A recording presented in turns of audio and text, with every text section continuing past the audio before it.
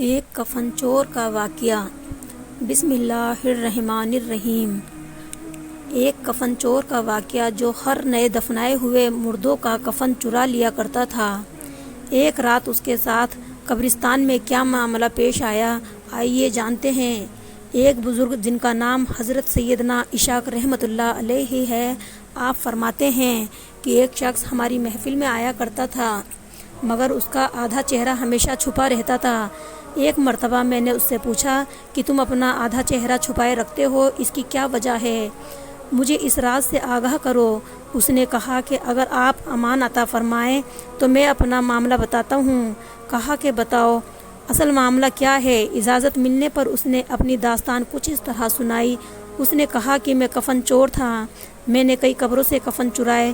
جب بھی کسی قبر کے متعلق معلوم ہوتا تو فوراً وہاں پہنچ کر کفن چرا لاتا۔ ایک مرتبہ ایک عورت کا انتقال ہوا۔ جب اسے دفنا دیا گیا تو میں فوراً قبرستان پہنچا، اور جب اینٹیں ہٹا کر کفن کی ایک چادر ہٹائی اور دوسری چادر کھینچنے لگا تو اچانک اس عورت کی بے جان جسم نے حرکت کی اور چادر کو تھام لیا۔ میں نے کہا تمہارا کیا خیال ہے؟ تم مجھ سے جیت جاؤ گی؟ ایسا نہیں ہو سکتا۔ یہ کہہ کر میں گھٹنوں کے بل بیٹھ گیا اور پوری طاقت سے کفن کھینچنے لگا۔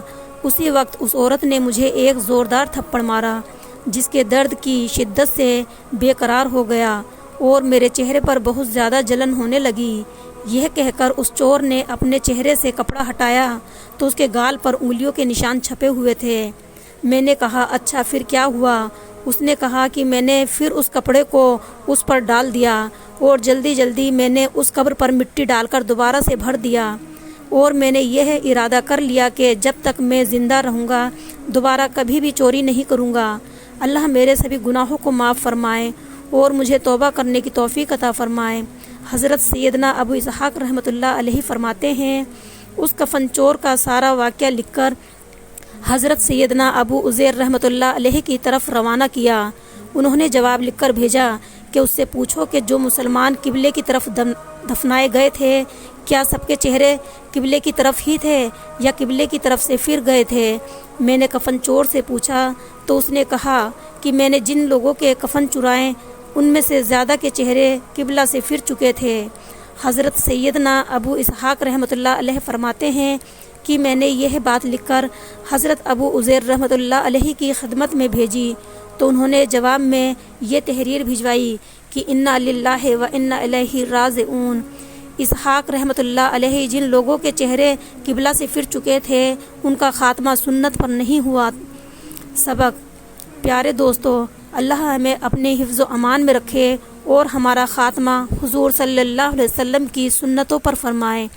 اس داستان عبرت میں ہمارے لیے عبرت موجود ہے کہ کتنا تشویشناک معاملہ ہے کہ جو لوگ سنتوں سے منہ موڑ لیتے ہیں وہ کام شریعت کے مطابق نہیں ہوتے، اور جو دنیا کو دین پر ترجیح دیتے ہیں ان کے ساتھ قبر میں بے انتہائی معاملہ ہوتا ہے۔ دوستو، قبر اور آخرت میں لمحہ بھر کا عذاب بھی برداشت سے باہر ہوتا ہے۔ ہمارے نازک جسم جہنم کی بھڑکتی ہوئی آگ کا مقابلہ نہیں کر سکتے۔